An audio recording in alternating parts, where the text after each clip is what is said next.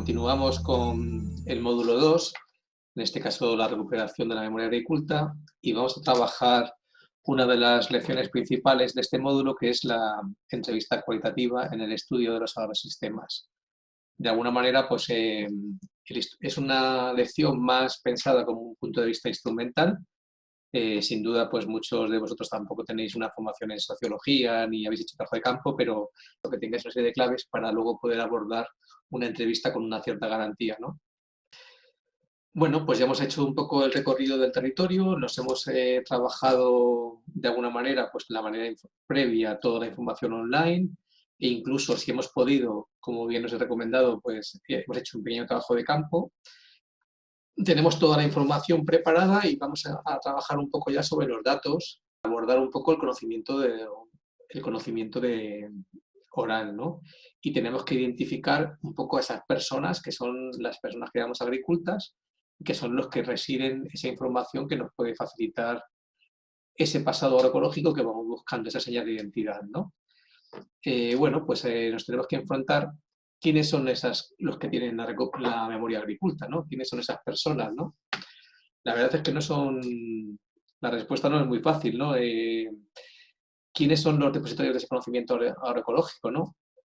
Hay que pensar que son las personas mayores, ¿no?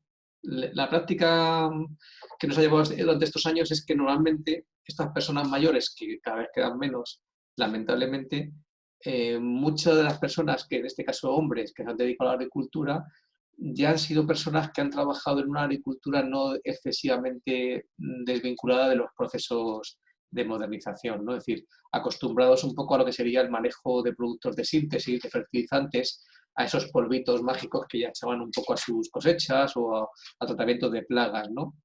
Entonces, bueno, pues normalmente gracias también a una compañera, como en este caso Mila o a otra compañera, cuando han abordado este tema y lo han abordado con una perspectiva de género, han descubierto que son muchas veces las mujeres aquellas que tienen un recuerdo como más separado de lo que puede ser la práctica agrícola directa, y por eso le hemos dado un poco más el toque o la consideración de género de llamarlo agricultas, ¿no? Las mujeres recuerdan con mayor facilidad muchas de las cosas de su infancia, asociadas a una generación anterior, con lo cual nos estamos remontando históricamente a más de una generación. Y bueno, en cualquiera de los casos es un trabajo muy interesante, muy etnográfico, que nos permite, digamos, conocer un poco lo que podía ser ese municipio, ese territorio, en un pasado más o menos asociado a una economía de subsistencia, en la cual había poco comercio exterior o había una buena parte de lo que sería la cesta y la alimentación familiar que se basaba en los productos de cercanía, ¿no? Sin duda esa es la clave, ¿no? Es decir, en qué medida se puede recuperar esos productos de cercanía y ver un poco por dónde trabajarlo, ¿no? Toda la investigación que se está planteando desde aquí es una investigación que nosotros planteamos de lo que llamamos la investigación-acción participativa, ¿no? En este caso, ¿por qué acción participativa? ¿No? Pues un poco siguiendo el modelo de mi maestra Paloma López de Ceballos, ¿no? No se trata de hacer una investigación por investigación, no se trata de hacer un trabajo pensando en algo académico, sino de tratar de poder explicar y entender mejor lo que se estaba haciendo y por qué, ¿no? Una investigación que además sirva para aplicarlo, ¿no? Para poder utilizar datos que nos permitan luego tomar una acción. Es decir, si lo que estamos buscando es algo, un pasado que nos permita luego, a su vez, diseñar un futuro, ¿no?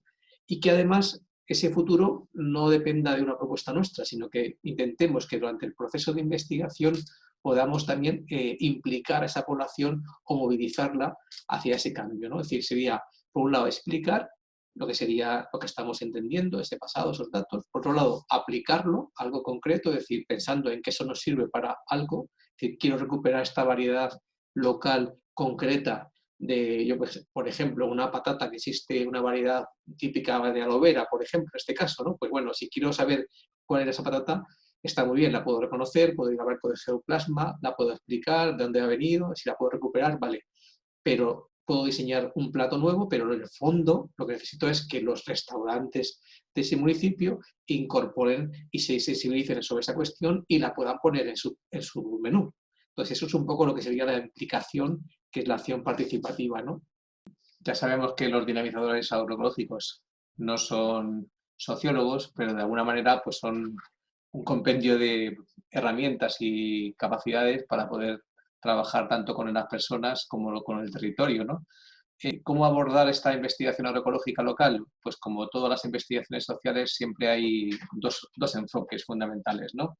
Uno es el cuantitativo y otro es el cualitativo, ¿no? Es decir, las herramientas, lógicamente, pues varían en función de qué enfoque queremos trabajar.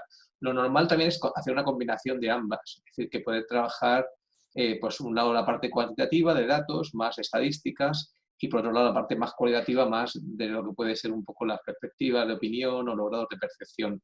Es importante que al menos sepáis para qué sirve cada uno de esos enfoques, ¿no? Es decir, las herramientas más habituales es la encuesta, que todo el mundo conoce, es a través de un cuestionario ya fijado unas preguntas, normalmente preguntas cerradas, las cuales vienen algunas de dos opciones para poder elegir, o en algún caso alguna pregunta abierta.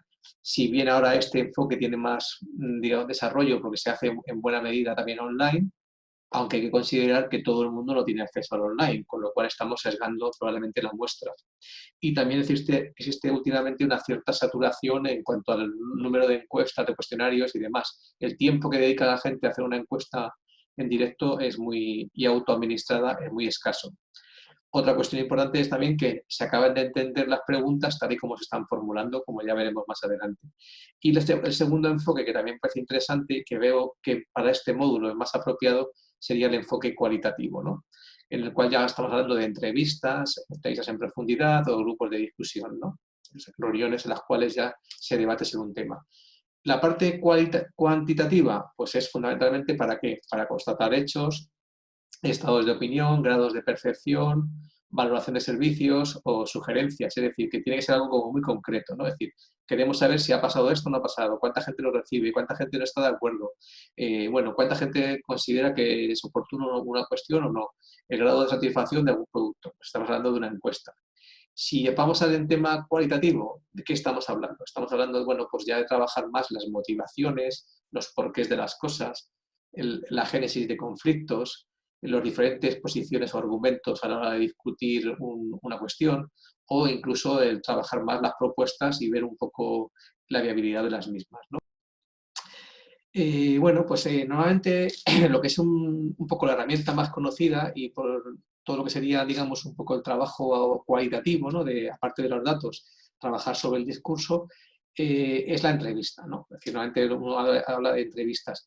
Las entrevistas, bueno, pues estamos acostumbrados a los medios de comunicación, en lo cual son entrevistas, bueno, pues más o menos estructuradas, que vienen con un cuestionario, con una tal. Aquí estamos hablando de una entrevista cualitativa, que de por sí tiene un trabajo como más sosegado, tiene una función, digamos, más de recoger la información de una manera más espontánea y tiene más o menos una información detallada, pero que se va trabajando a lo largo de una conversación, un discurso. Ahora bien, la entrevista como tal, y en este punto de vista de investigación-acción, no nos sirve solamente para recoger datos, ¿eh? Es decir, nos tiene que servir para recoger datos, por supuesto, por esa primera parte, nos tiene que servir para informar, también por otro lado, y nos tiene que servir para motivar, ¿no? Es decir, que tenemos que hacer en ese triple proceso que podemos trabajar conforme a lo que puede ser ese proceso de investigación-acción.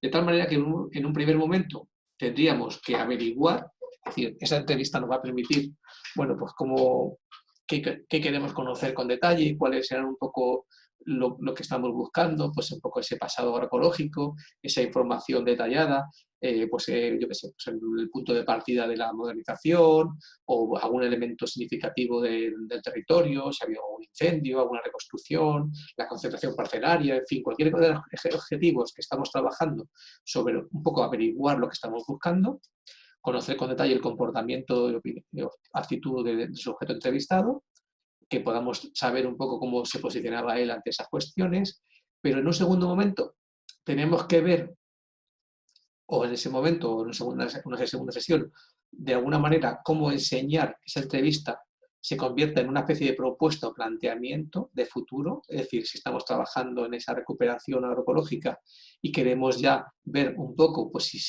vamos a pensar, un terreno abandonado, si se puede o no recuperar o si podría haber o no una acción con respecto a esa recuperación de terrenos abandonados, estamos un poco enseñando o preparando un poco a nuestro informante para ver qué reacción tiene ante ese tipo de propuesta, ¿no? Es una especie de pretest que llamamos en temas de publicidad y que de alguna manera nos permite enseñar un poco el objetivo de lo que estamos trabajando. En esa información lo estamos trasladando después de haber averiguado lo que queremos, pasamos al segundo momento que sería informar o enseñar lo que pretendemos hacer, ¿no? Y finalmente, también en la entrevista tenemos que tener una última parte que sería, pues más allá, trabajar un poco lo que sería la concienciación o la motivación. Estamos hablando de iniciación agroecológica, no estamos hablando de una investigación sociológica para un informe académico.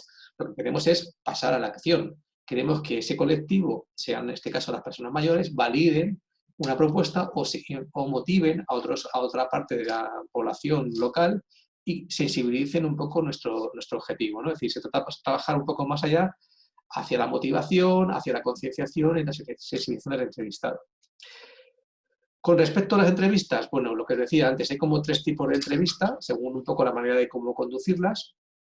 La primera entrevista, que le conocéis habitualmente, suele ser la entrevista estructurada, que se hace con un cuestionario, que es una serie de datos en las cuales vas recogiendo toda la información, más o menos preestablecido. Esta entrevista estructurada, bueno, pues tiene ya puede valer para un momento determinado para alguna cuestión, pero ya de por sí nos está constriñendo todas las respuestas a una manera de preguntar, ¿no? Entonces, realmente aquí el sujeto tiene poco que aportar porque todo viene un poco prediseñado desde el punto de vista de la investigación, ¿no? A que pues, se elija una serie de las opciones o, salvo alguna vez que tenga alguna pregunta abierta, sea difícil, ¿no?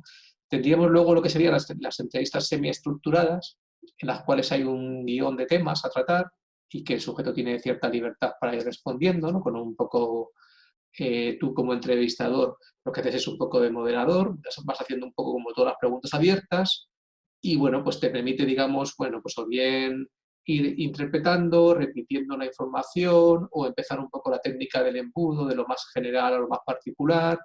Y bueno, pues es un poco la más habitual en los estudios cualitativos y en este caso probablemente es un poco la que tendréis que trabajar más con las personas mayores que hagáis, ¿no? Tener un guión de partida, no que tengáis que cumplirlo exactamente ni tengáis que preguntarlo como lo hayáis apuntado, sino que ir apuntando todos los temas que queréis hablar y luego ir, digamos, trabajando con las personas que te van informando de manera libre hasta completar un poco toda la información.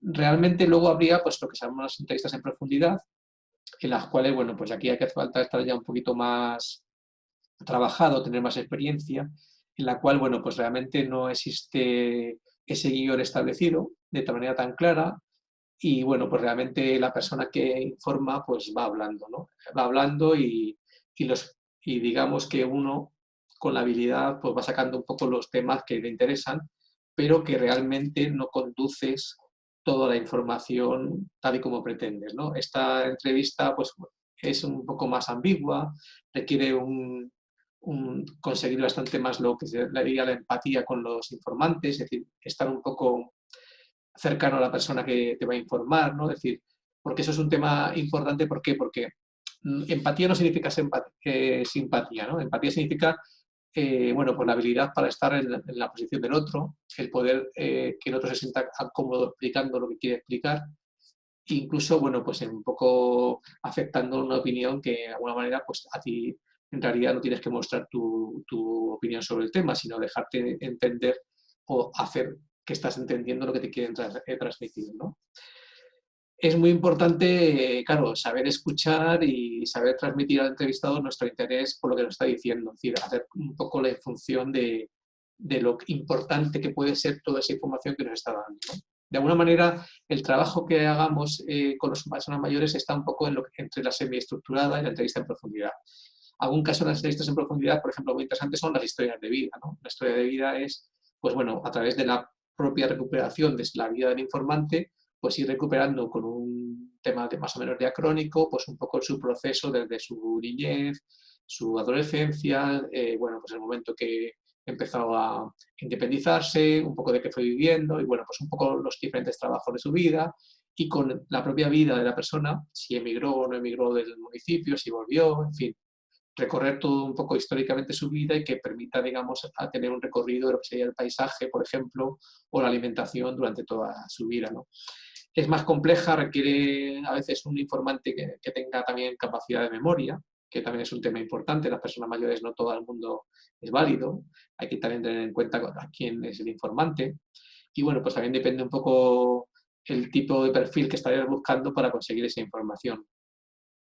Es muy importante el saber escuchar, ¿no? Es decir, creo que sí que aquí es importante hacer una reflexión previa antes de hacer la entrevista, ¿no? Es decir, mostrar interés por lo que te están diciendo. A lo mejor no es lo que tú buscas en este momento, pero sí que tienes que tener una sensación como muy activa. A veces es un curso un poco visual, ¿no? Mirar un poco a los ojos, adaptarte un poco a la manera de hablar de las personas. Es decir, no puedes ir muy académico ni ser muy moderno. Bueno, pues tienes que entender un poco a la persona informante, si es algo más sencillo o si es algo más culto, pues dependiendo un poco con quién estés hablando, si es el boticario o es el agricultor, pues lógicamente no puedes mantener un poco el mismo nivel de lenguaje, ¿no? Es muy importante el contacto visual, ¿no? No demasiado fijamente, es decir, no se trata de obnubilar a la gente, sino, bueno, pues de tratar, digamos, de tener un poco esa, esa posibilidad de ir viendo que le estás haciendo caso, ¿no? Que él se sienta como escuchado, ¿no? Es un tema importante también con esto. También, con frecuencia, no interrumpir, o sea, aguantar un poquito a que la persona acabe las frases, no tener prisa por la siguiente pregunta. Es decir, a veces uno deja ese momento de silencio, es más incluso el recurso habitual de apuntar en el papel algo o hacer ese ejercicio y la persona sigue hablando sola. Eso nos permite tener esa respuesta en espontáneo y nos añade a veces cosas que no pensábamos encontrar, ¿no? También, bueno, pues compensar un poco la velocidad del habla y de la escucha, ¿no? Es decir, la persona está hablando y tú a veces ya quieres responder lo que te va a decir. Pues intentar, hombre, tú no se trata de que lo digas tú, se trata de que te lo diga él. Entonces, dejar que la persona se manifieste a su manera de hablar habitualmente y no intentar tú darle la respuesta, que suele ser muy típico cuando tienes prisa, ¿no? Es decir, nunca para hacer una entrevista hay que tener prisa.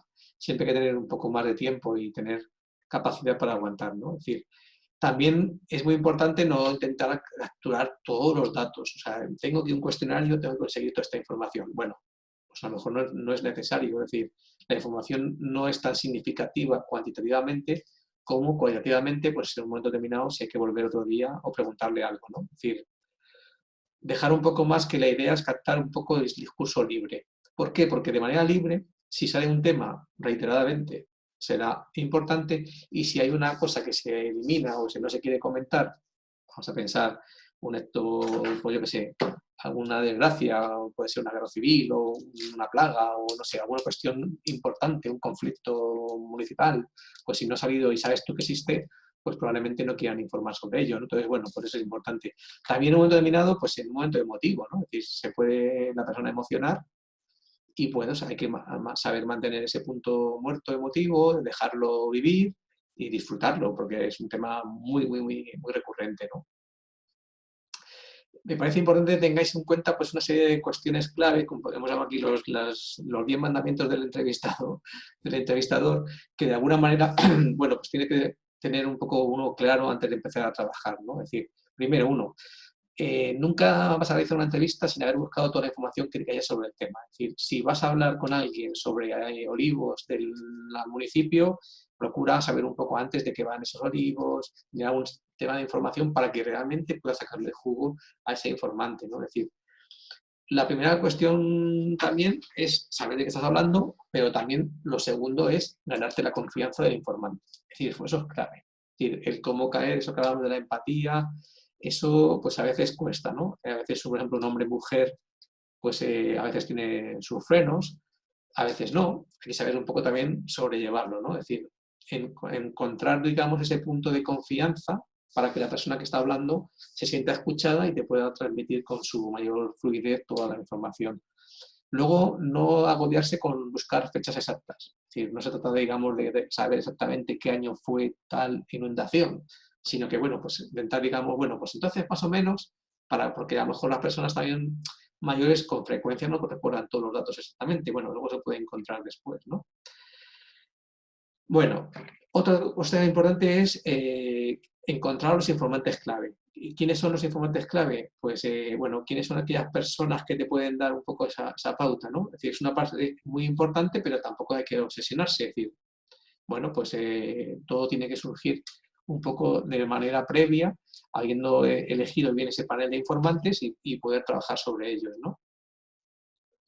No preguntarás el porqué de las cosas, porque no siempre todo tiene un porqué. O a lo mejor esa persona no te lo sabe explicar y no tiene por qué entender ese razonamiento. Él te está comentando algo y luego tú tendrás que sacar las consecuencias sobre las cuestiones, ¿no? No te quedarás con las palabras, sino que buscarás los actos. Más vale ver las cosas que describirlas, ¿no? Es decir, no se trata de... es un elemento central, ¿no? Es también muy importante grabar fielmente la palabra. Yo recomiendo, si se puede grabar, siempre grabar.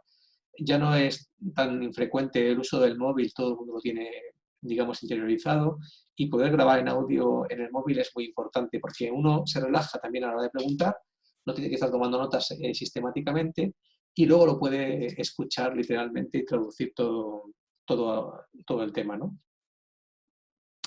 Otro elemento importante también sería, pues, bueno, pues luego, después de haber grabado todo esto, pues traducirlo más o menos literalmente y buscar un poco toda esa riqueza del discurso que se ha tenido, ¿no? Es decir, si ha habido términos que ha utilizado, giros, cuestiones de cómo ha explicado las cosas. Bueno, pues ese tipo de reconocimiento verbal que a veces llamamos en verbatim y podemos utilizar, pues sería muy interesante, ¿no? Luego, también tener en cuenta que puede haber una segunda o tercera oportunidad, que no hace falta, digamos, agotar al informante en un momento determinado, sino que, bueno, pues se puede negociar esto y también tener claro que cómo vas a sistematizar toda la información, recogerla adecuadamente en una entrevista, ¿no? Es decir, una entrevista normalmente pues, te puede durar 40 o 45 minutos y luego pues, puedes trabajar tranquilamente una hora más en recoger esa información adecuadamente. Os voy a recomendar el artículo de este ingeniero agrónomo que me sorprendió hace años ya porque yo pensaba que los ingenieros no trabajaban en estas cosas, pero cuando él hizo un artículo sobre la entrevista como la recuperación de la biodiversidad, en este caso Antonio Perdomo, y me parece que es importante tener un poco claro eso, ¿no? Es decir, viene a decir más o menos lo mismo, no es decir, la entrevista no es para quien no sabe nada, hay que saber claramente de qué estás hablando, ganarse la confianza es una primera victoria, las cuestiones temporales, las fechas aproximadas, la clave es escoger algunos informantes,